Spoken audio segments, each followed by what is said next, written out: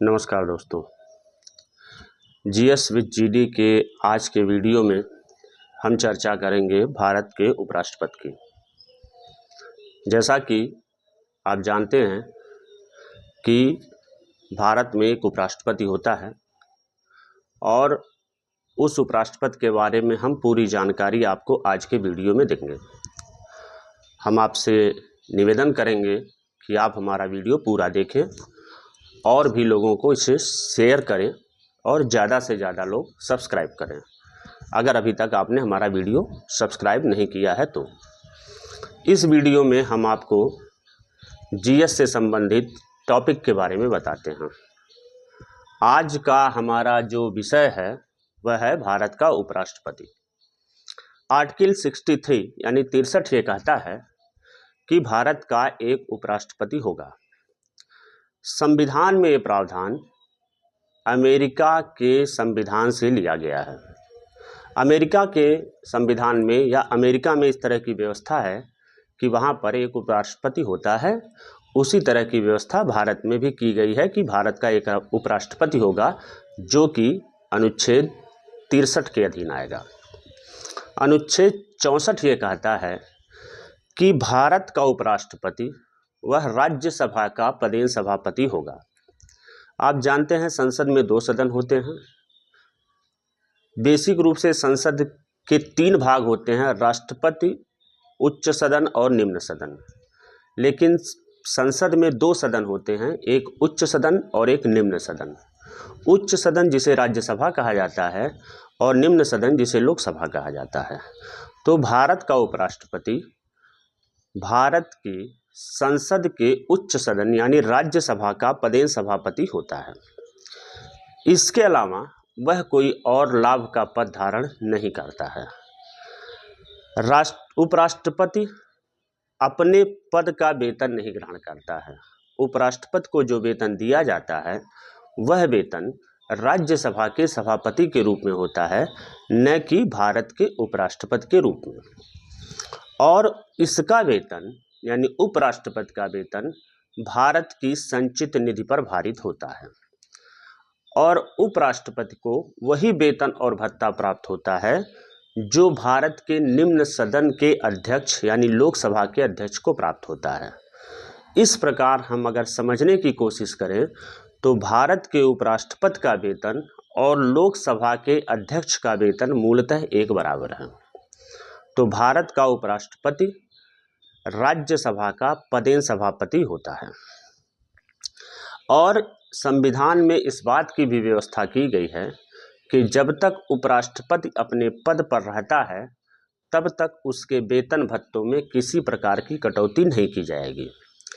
Article 64 में यह व्यवस्था की गई है कि राज्यसभा के सभापति के रूप में वह कौन कौन सा कार्य करेगा।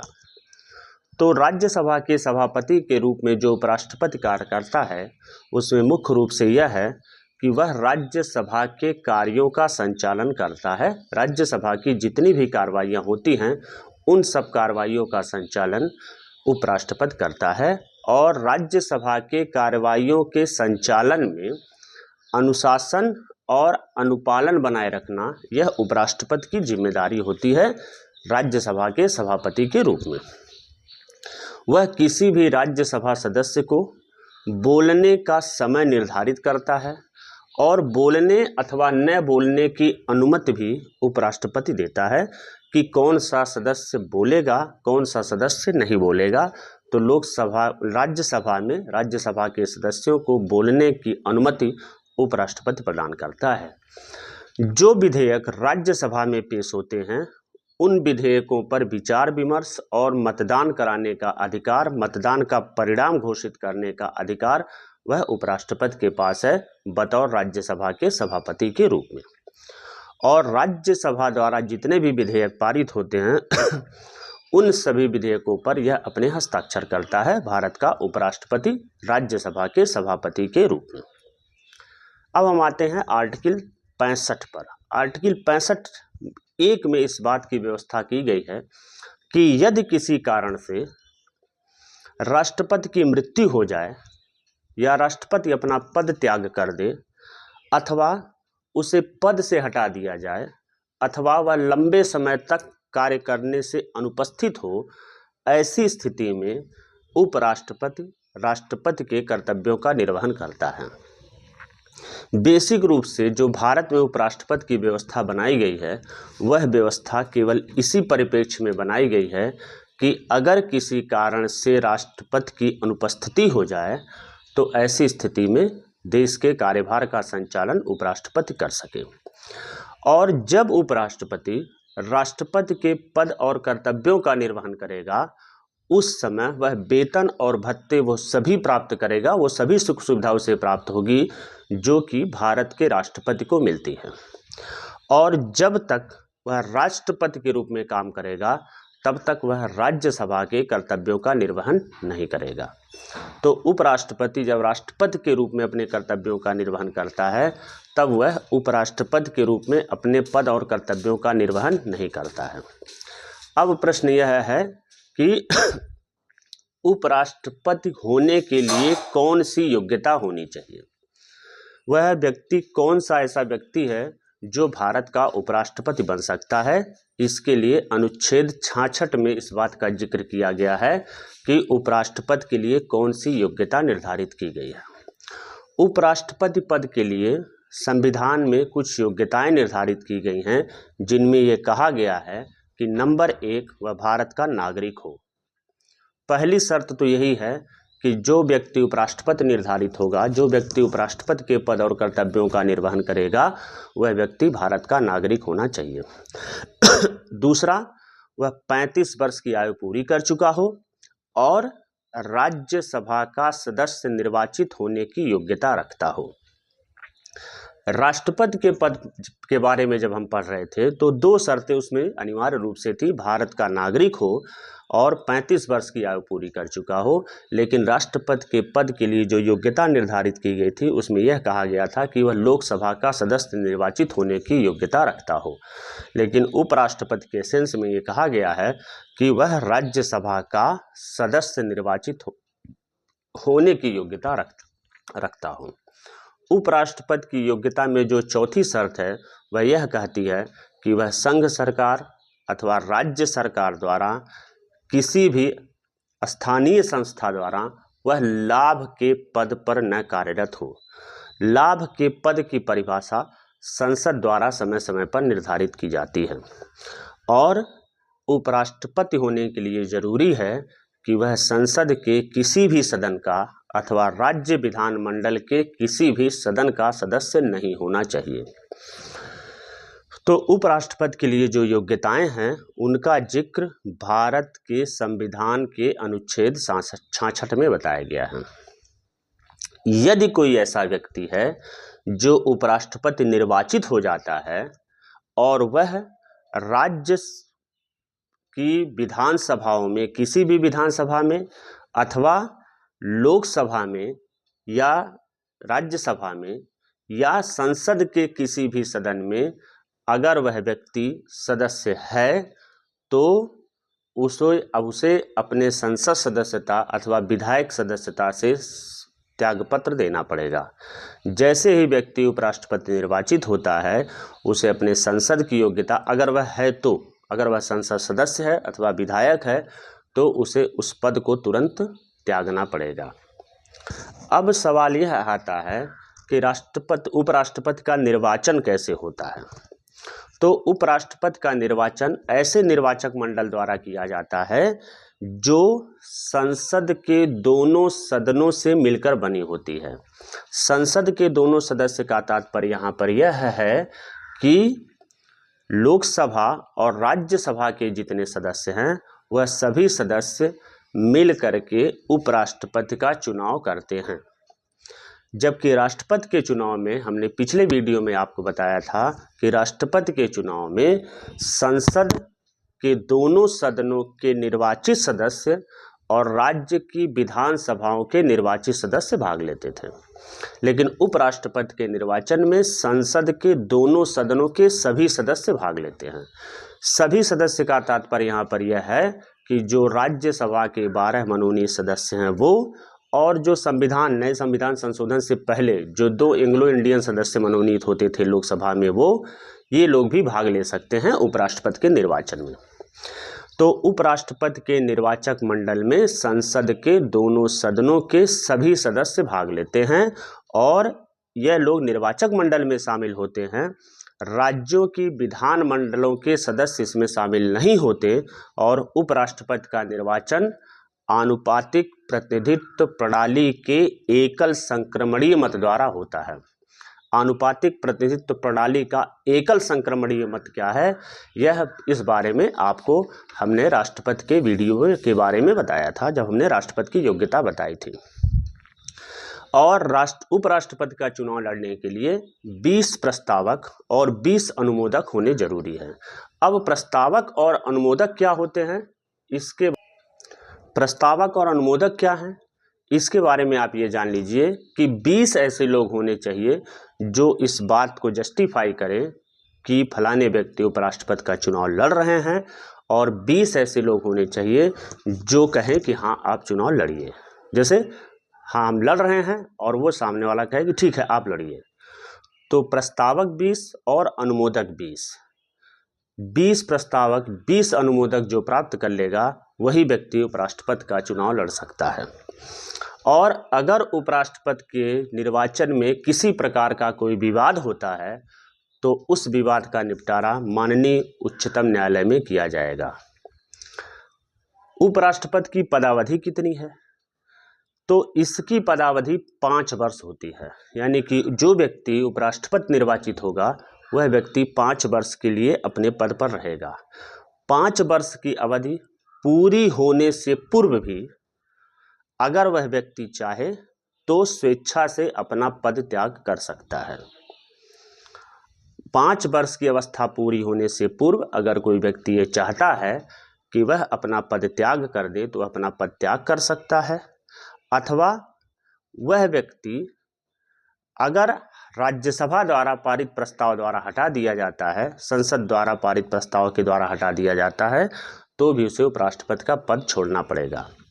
जो व्यक्ति स्वेच्छा से अपना त्यागपत्र देता है उपराष्ट्रपति के पद से, वह अपना त्यागपत्र राष्ट्रपति को संबोधित करके देता है। और 5 वर्ष की अवधि पूरी होने के बाद भी अगर कोई उपराष्ट्रपति 5 वर्ष की अवधि तक है और उसके बाद भी उस व्यक्ति के पद का यानी कि उपराष्ट्रपति का पुनर्निर्वाचन नहीं हो पाया है, तो जो व्यक्ति उपराष्ट्रपति है वह व्यक्ति तब तक अपने पद पर बना रहेगा जब तक उसका उत्तराधिकारी आकर के पद नहीं ग्रहण कर लेता है। यानी कि जब तक उपराष्ट्रपति का फिर से निर्वाचन नहीं हो जाता है तब तक व्यक्ति अपने पद पर बना रहेगा, भले ही उसकी अवधि 5 वर्ष से ज़्यादा हो जाए। अपने पद ग्रहण की तिथि से कोई व्यक्ति 5 वर्ष के पूर्व भी उपराष्ट्रपति के पद से हटाया जा सकता है, और उसके लिए जरूरी है कि यदि राज्यसभा उपराष्ट्रपति को हटाने के लिए एक प्रस्ताव पेश करे और उस प्रस्ताव को पेश करने से 14 दिन पूर्व उपराष्ट्रपति को इस बात की सूचना दे दे कि आपको हटाने का प्रस्ताव राज्यसभा में विचाराधीन है, तो वह प्रस्ताव राज्यसभा में रखा जाता है। जब यह प्रस्ताव राज्यसभा द्वारा पारित हो जाता है, उस प्रस्ताव को पारित होने के बाद यह संकल्प लोकसभा में भेजा जाता है, और अगर लोकसभा भी इसे पारित कर देती है तो उपराष्ट्रपति को अपने पद से त्यागपत्र देना पड़ता है। मतलब यह है कि अगर राज्यसभा द्वारा पारित प्रस्ताव का लोकसभा अनुमोदन कर दे तो उपराष्ट्रपति को उसके पद से हटाया जा सकता है। हाँ, उपराष्ट्रपति को हटाने के लिए महाभियोग की प्रक्रिया नहीं अपनाई जाती है। केवल एक साधारण बहुमत से एक प्रस्ताव राज्यसभा द्वारा प्रस्ताव पारित किया गया हो और लोकसभा ने इस पर अपना अनुमोदन कर दिया हो तो उपराष्ट्रपति को अपने पद से त्यागपत्र देना पड़ता है। अगर कोई व्यक्ति जो उपराष्ट्रपति है वह राष्ट्रपति के पद का कर्तव्यों का निर्वहन कर रहा है, मतलब वह कार्यवाहक राष्ट्रपति के पद के कर्तव्यों का निर्वहन कर रहा है, और तब उसको हटाए जाने का प्रस्ताव अगर पारित हो तो उसे उस प्रक्रिया द्वारा हटाया जाएगा जिस प्रक्रिया द्वारा राष्ट्रपति को हटाया जाता। राष्ट्रपति के खिलाफ महाभियोग की प्रक्रिया का जिक्र हमने पिछले वीडियो में अपने किया था, आप उसको देख लीजिएगा। तो राष्ट्रपति अगर कोई उपराष्ट्रपति राष्ट्रपति के पद और कर्तव्यों का निर्वहन कर रहा है तो उसे उसी प्रक्रिया द्वारा हटाया जाएगा जिस प्रक्रिया द्वारा राष्ट्रपति को हटाए जाने की व्यवस्था की गई है संविधान में। उपराष्ट्रपति को एक से ज़्यादा कार्यकाल भी मिल सकता है, मतलब कोई व्यक्ति ऐसा नहीं है कि केवल एक बार ही उपराष्ट्रपति रहेगा, उपराष्ट्रपति का पुनर्निर्वाचन भी किया जाता है। अब अनुच्छेद 69 ये कहता है, यानी कि 69 ये कहता है कि उपराष्ट्रपति विधि द्वारा स्थापित, इसमें 69 में उपराष्ट्रपति के शपथ या प्रतिज्ञान के बारे में लिखा हुआ है। उसमें यह कहा गया है कि उपराष्ट्रपति विधि द्वारा स्थापित भारत के संविधान के प्रति सच्ची निष्ठा, श्रद्धा और कर्तव्यों के निर्वहन की शपथ लेता है। अनुच्छेद 68 में इस बात का जिक्र है कि अगर उपराष्ट्रपति की मृत्यु हो जाती है, उपराष्ट्रपति अपना पद त्याग कर देता है अथवा उसे किसी कारण से उपराष्ट्रपति के पद से हटाया जाता है, तो जो दूसरे व्यक्ति के उपराष्ट्रपति के पद पर निर्वाचित होगा वह 5 वर्ष के लिए होगा, न कि शेष अवधि के लिए। मतलब ये है कि अगर कोई व्यक्ति आज 2025 में उपराष्ट्रपति निर्वाचित होता है और किसी कारण से 2028 में उसकी मृत्यु हो जाती है या अपना पद त्याग कर देता है या वह पद से हटा दिया जाता है, तो जो 2028 में उपराष्ट्रपति का चुनाव होगा उस चुनाव के बाद वह अगले 5 वर्ष तक के लिए कार्य करेगा, न कि इस बीच की अवधि के लिए 2030 तक के लिए। जबकि संसद सदस्यों और विधायकों के संबंध में शेष बची अवधि का जिक्र है, उपराष्ट्रपति के लिए 5 वर्ष का जिक्र है। तो जो भी व्यक्ति अगर बीच मिड टर्म में कोई व्यक्ति उपराष्ट्रपति बनता है, उपराष्ट्रपति निर्वाचित होता है, तो उस निर्वाचन के बाद उससे अगले 5 वर्ष की अवधि के लिए उसका निर्वाचन किया जाएगा। उपराष्ट्रपति को अगर राष्ट्रपति अपना त्यागपत्र स्वेच्छा से उपराष्ट्रपति को सौंपता है, अगर राष्ट्रपति अपना त्यागपत्र स्वेच्छा से उपराष्ट्रपति को सौंप दे तो उपराष्ट्रपति का यह कर्तव्य है कि वह इसकी सूचना लोकसभा अध्यक्ष को तुरंत सूचित कर दे इस बारे में कि राष्ट्रपति ने अपने पद का त्याग कर दिया है। व्यवहार में उपराष्ट्रपति को मंत्रिमंडल के सभी निर्णयों की सूचना दी जाती है कि मंत्रिमंडल द्वारा यह निर्णय पारित किया गया है। अब आते हैं एक और चीज पर।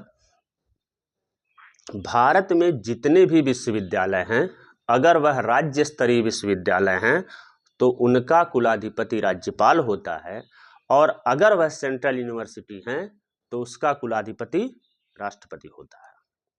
केवल एक विश्वविद्यालय ऐसा है भारत में जिसका कुलाधिपति उपराष्ट्रपति होता है, वह विश्वविद्यालय है दिल्ली विश्वविद्यालय। यानी कि दिल्ली विश्वविद्यालय का, केवल एक विश्वविद्यालय का, पूरे भारत में केवल एक विश्वविद्यालय का कुलाधिपति वह उपराष्ट्रपति होता है, और वह होता है दिल्ली विश्वविद्यालय। हम आशा करते हैं कि हमारा यह वीडियो आपको ज़रूर पसंद आएगा, और अगर पसंद आता है तो आप इसे फिर से देखें, एक कलम रखें, एक कागज़ रखें और एक नोट्स बनाकर अपने लिए तैयार रखें, और ज़्यादा से ज़्यादा लोगों तक इसे फॉरवर्ड करें। नमस्कार।